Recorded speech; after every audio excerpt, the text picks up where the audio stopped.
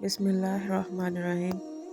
سیدہ عائشہ سے روایت ہے کہ رسول پاک صلی اللہ علیہ وسلم نے فرمایا، اور جو شخص قرآن کو اٹک اٹک کر پڑھتا ہے اور اس کو پڑھنے میں اس کو مشقت ہوتی ہے تو اس کے لیے دگنا اجر ہے۔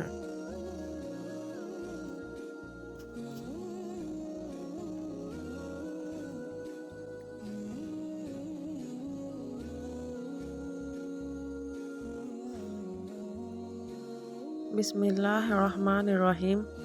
حضرت انس سے روایت ہے کہ نبی کریم صلی اللہ علیہ وسلم نے فرمایا، اگر ہو سکے تو ہمیشہ باوضو رہو، کیونکہ ملک الموت جب کسی انسان کی روح وضو کی حالت میں نکالے تو اس کے لیے شہادت کا مرتبہ لکھا جاتا ہے۔ ثواب کی نیت سے آگے ضرور شیئر کریں۔